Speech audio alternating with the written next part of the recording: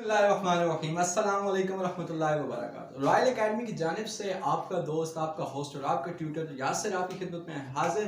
तो जैसा कि आप सब जानते हैं, हमने UML ट्यूटोरियल्स के ऊपर एक सीरीज़ का स्टार्ट किया हुआ है। तो आज इस सीरीज़ के अंदर हमारा तीसरा लेक्चर होने वाला है और वो किस टॉपिक पे होने वाला है। इस वीडियो को स्टार्ट करने से पहले और इस टॉपिक को स्टार्ट करने से पहले आप सबसे रिक्वेस्ट है कि रॉयल एकेडमी के ऑफिशियल चैनल को सब्सक्राइब कर दें और बेल आइकन को प्रेस कर दें ताकि नेक्स्ट आने वाले ट्यूटोरियल भी सबसे पहले आपको मौसूल हो सकें।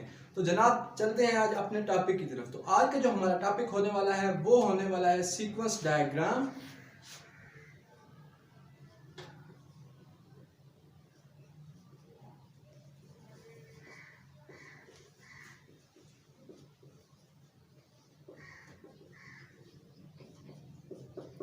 तो यहाँ जहां भी UML यानी कि यूनिफाइड मॉडलिंग लैंग्वेज का जिक्र किया जाता है वहां पर सीक्वेंस डायग्राम को भी इतनी इंपॉर्टेंस हासिल है जिस तरह यूज केस और क्लास डायग्राम को इंपॉर्टेंस हासिल है।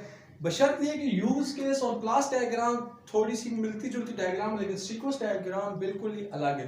सीक्वेंस डायग्राम की जो सबसे मेजर आपके पास एलिमेंट है या सबसे मेजर कैपेबिलिटी है या खसूसियत है वो ये है कि वो आपको एक लाइफ टाइम या लाइफ स्पैन के मुताबिक इंफॉर्मेशन देती है। तो इस चीज़ को सीक्वेंस डायग्राम की बेसिक को या उसके मॉडल को एक डायग्राम्स के थ्रू समझते हैं।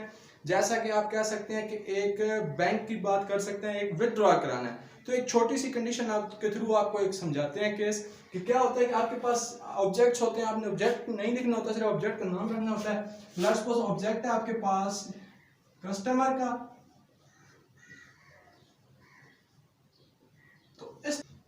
तो ये आपके पास हो गया एक कस्टमर की क्लास होगी। दूसरी इसी तरह आपके पास एक होगी जनाब क्लास बन गई एक सर्वर की, और एक तीसरी क्लास बन गई एक सिंपल बैंक की क्लास।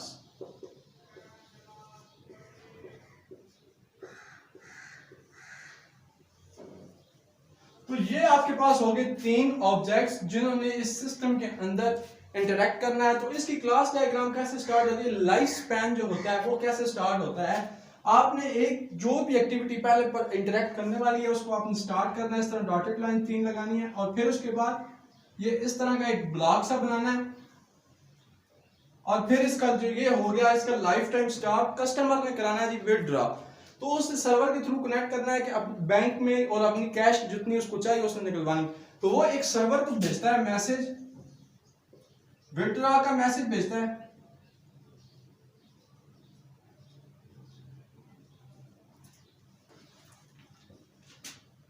तो वो कस्टमर ने विथड्रॉ का मैसेज भेजा सर्वर को। अब यहां से हो गया स्टार्ट सर्वर का लाइफ स्पैन। तो सर्वर को मैसेज मिल गया कि ये बंदा विथड्रॉ कराना चाहता है, तो वो उसकी जनाब पहले मांगेगा क्या, लेट्स सपोज ATM है एक, तो वो सर्वर क्या करेगा आपसे मांगेगा पिन। वो उसने रिप्लाई बैक किया इसको कस्टमर को कि अपनी पिन एंटर करो।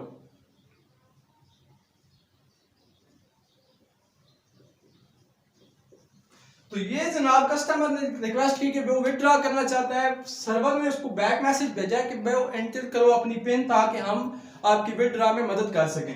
अब जो कस्टमर ने किया पिन एंटर किया तो वो पिन क्या हुआ सर्वर के पास गया और सर्वर ने करना है इसको वैलिडेट। तो वैलिडेट कैसे करेगा, सर्वर चेक करेगा बैंक के अंदर के उसके वाकई क्रीडेंशियल्स मौजूद हैं या नहीं, या आया इसका अकाउंट है या नहीं। तो ये जो पिन उसने एंटर की और अकाउंट की इंफॉर्मेशन एंटर की है वो सर्वर कस्टमर से लेता है और कस्टमर सर्वर जो है वो आगे भेजता है बैंक को। और यहां से क्या होगा कि अब बैंक का लाइफ टाइम स्टार्ट होने वाला है। तो बैंक का लाइफ टाइम हुआ स्टार्ट।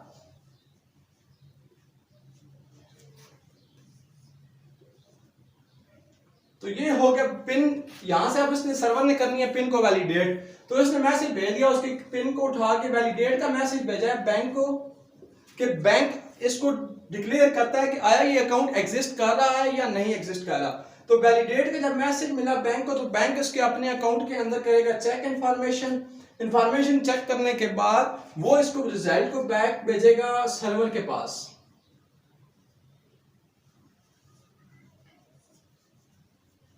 सर्वर के पास भेजेगा कि अकाउंट एग्जिस्ट करता है या नहीं, यानी कि अकाउंट की इन्फो भेजेगा। अकाउंट इन्फो भेज दी इसने वापस। अब अकाउंट इन्फो सर्वर के पास आ गया। अगर अकाउंट एग्जिस्ट करता है तो वो क्या करेगा, सर्वर मैसेज देगा कस्टमर को कि एंटर करो विड्रॉल अमाउंट की कितनी अमाउंट आप निकलवाना चाहते हो।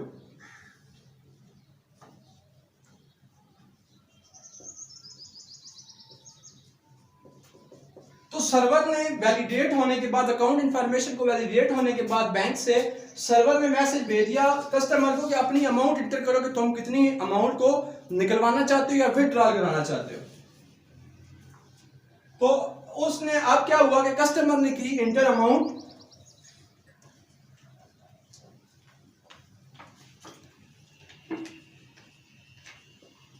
और मैसेज चला गया फिर सर्वर के पास। सर्वर ने क्या किया, जो मैसेज आगे भेज दिया बैंक को, और बैंक क्या करता है, चेक करता है, कंडीशन लगाता है कि अकाउंट में पैसे एग्जिस्ट करते हैं या नहीं, या बैलेंस उसका 0 से ज्यादा है या नहीं। तो वो कैसे चेक करेगा, इफ की कंडीशन, कोई भी कंडीशन लगानी है ना, आपने इस ब्रैकेट की मदद से लगानी है। तो इस ब्रैकेट के अंदर आप वो कंडीशन लिखेंगे क्या, कि either balance is greater than 0, कि क्या इसका बैलेंस ग्रेटर देन 0 है तो विड्रॉल होगा, अदरवाइज नहीं होगा। तो बैलेंस अगर 0 से ज्यादा है तो क्या करेगा, तो विड्रॉ अलाउड, कि वो विड्रॉ कर सकता है, और वापस बैक मैसेज भेज देगा सर्वर को, allow them, allow the customer. तो कस्टमर ने, बैंक ने अलाउ कर दिया सर्वर को कि उसकी ट्रांजैक्शन कर दे सक्सेसफुल। तो अब क्या होगा कि अमाउंट जो उसने एंटर की थी, सर्वर ने देखा, बैंक में जाके चेक किया कि वाकई में उसकी अमाउंट एग्जिस्ट करती है या नहीं। तो अमाउंट उसकी करती थी एग्जिस्ट, कंडीशन ट्रू हुई, विड्रॉ की अलाउ, बैंक ने दे दी इजाजत। तो अब सर्वर क्या करता है, मैसेज बैक करता है किसको जनाब, कस्टमर को, कि विड्रॉल सक्सेसफुल।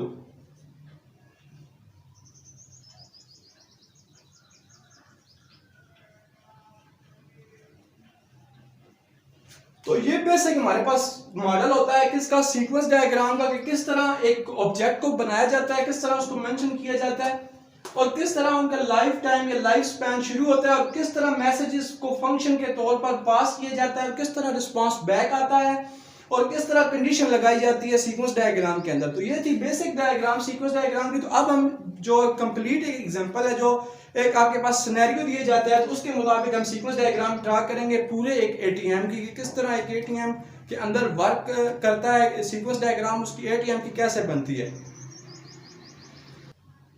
तो अब हमने बेसिक डायग्राम के मुताबिक सीखा कि बेसिक डायग्राम का मॉडल कैसे होता है। तो अब हम देखते हैं कि एक एटीएम की सीक्वेंस डायग्राम किस तरह बनाई जाती है। तो किस तरह एटीएम के अंदर एक एटीएम मशीन किस तरह वर्क करती है।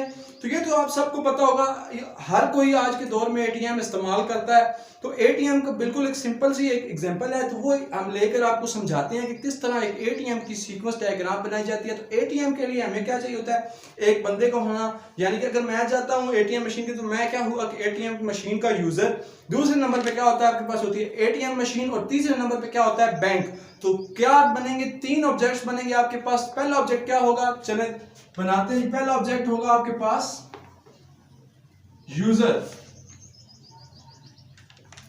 दूसरे नंबर पे जो ऑब्जेक्ट होता है वो होता है कि एटीएम मशीन। तो वो क्या, दूसरा ऑब्जेक्ट हमारे पास हो गया एटीएम, और तीसरे नंबर पे जो चीज होती है जो इन दोनों को आपस में कनेक्ट करने वाली होती है वो होता है हमारे पास बैंक। तो तीसरा जो ऑब्जेक्ट बनने वाला है वो किस चीज का बनने वाला है हमारे पास, वो बनने वाला है ऑब्जेक्ट का।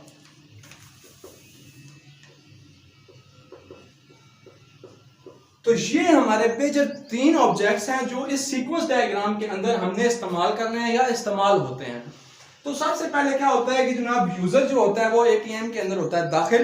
एटीएम के अंदर दाखिल होने के बाद जो वो पहला काम करता है वो क्या करता है जी, उसका पहला सबसे पहले जो हम प्रेजेंट करेंगे, सबसे पहला काम किसका, यूजर का। तो यूजर का हो गया लाइफ टाइम स्टार्ट। तो लाइफ टाइम स्टार्ट होने के बाद जो सबसे पहला वो काम करता है वो क्या करता है जी, कार्ड डालता है एटीएम मशीन के अंदर। क्या करता है, उसने किया इंसर्ट कार्ड,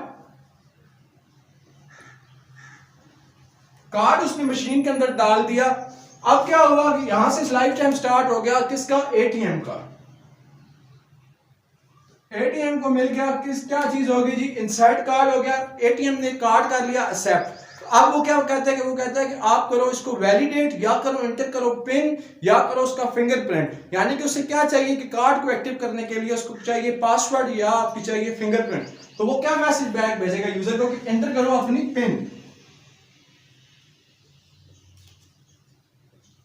पिन और पासवर्ड जो भी आप लिख सकते हैं। तो उसने अब क्या हुआ कि पहला स्टेप हुआ कि उसने किया कार्ड एंटर, एटीएम ने बैक मैसेज भेज दिया कि तुम करो इतनी पिन एंटर। पिन एंटर करने के बाद क्या करता है यूजर करता है, हम क्या करते हैं कि जब पिन एंटर करते हैं तो क्या करते हैं हम मैसेज क्या करेंगे जी, हमने कर दी पिन एंटर्ड।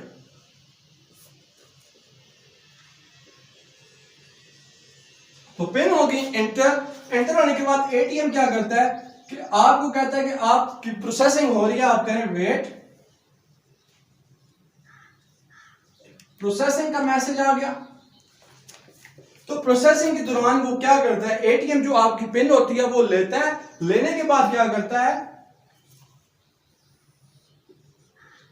ये गलती से हमने यहां ऑब्जेक्ट लिख दिया, यहां पे होना चाहिए था बैंक, ये मिस्टेकनली हो गया, सॉरी। यहां पे होता है बैंक।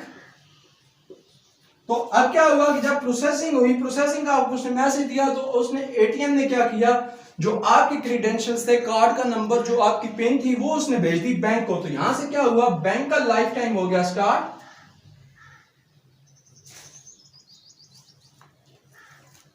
तो बैंक का जब लाइफ टाइम होने लगता है स्टार्ट, तो वो क्या मैसेज आपको भेजता है कि वो बैंक को जब मैसेज आएगा तो एटीएम ने मैसेज भेजा कि इसको करो वेरीफाई कि क्या वाकई ये अकाउंट में एग्जिस्ट कर रहा है आपकी, यानी या इस नाम से कोई अकाउंट है या कोई कार्ड है या नहीं। तो एटीएम ने बैंक की तरफ क्या मैसेज भेजा कि वेरीफाई दिस, वेरीफाई का मैसेज भेज दिया। और अब क्या करता है बैंक क्या करता है, अगर वो वेरीफाई या वैलिड है तो वो मैसेज बैक भेज देगा एटीएम को कि यार ये वैलिड है। तो वैलिड का मैसेज बैक आया, किसके पास आया, एटीएम के पास। और यहां पे बैंक का काम हो गया खत्म। तो ये प्रोसेस हो गया खत्म। तो इस प्रोसेस को खत्म करने के लिए, टर्मिनेट करने के लिए हम लगाते हैं क्रॉस का साइन, जो ये मैंने यहां पे लगा दिया। तो अब देखते हैं कि अगर वो बैंक का जो अकाउंट उसने वापस भेजा, क्या वो अगर वो वैलिड है तो वो क्या करता है कि आपको ऑप्शंस चेक कराता है, एटीएम आपको दिखाता है ऑप्शंस। ऑप्शन से मुराद वो ऑप्शन होते हैं जिसमें आप चेक कर सकते हैं कि क्या आप अपना बैलेंस चेक कर सकते हैं, अपनी प्रोफाइल चेक कर सकते हैं, अपनी अमाउंट चेक कर सकते हैं, अपने बिल्स को पे करना चाहते हैं या कुछ और जिस किस्म का भी मेन्यू मशीन में एंटर होता है, तो वो ऑप्शन के तौर पे आपको मेन्यू आ जाता है नजर। तो अब आपके पास ऑप्शन है, लेट्स सपोज आपने करवाना है विथड्रॉ।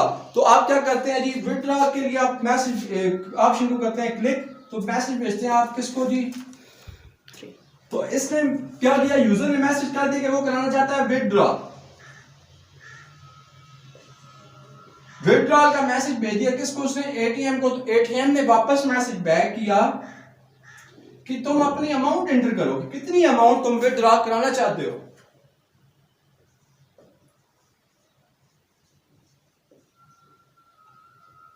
तो ये हो गया आपके पास एक एटीएम की बिल्कुल पूरा फुल फ्लैज सिस्टम। उसमें क्या होता है कि आपने कार्ड करना है एंटर, कार्ड एंटर करने के बाद आपके पास आती है जनाब पिन जब आप एंटर करते हैं तो वो करता है प्रोसेसिंग। प्रोसेसिंग में क्या होता है, वो वेरीफाई करने के लिए भेज देता है आपकी क्रेडेंशियल्स को बैंक में। बैंक का चेक करता है, अगर वैलिड है तो वो मैसेज बैक भेजता है एटीएम को कि आप इसको ऑप्शन शो करवा दो कि वो किस किस्म का काम एटीएम के थ्रू करना चाहता है।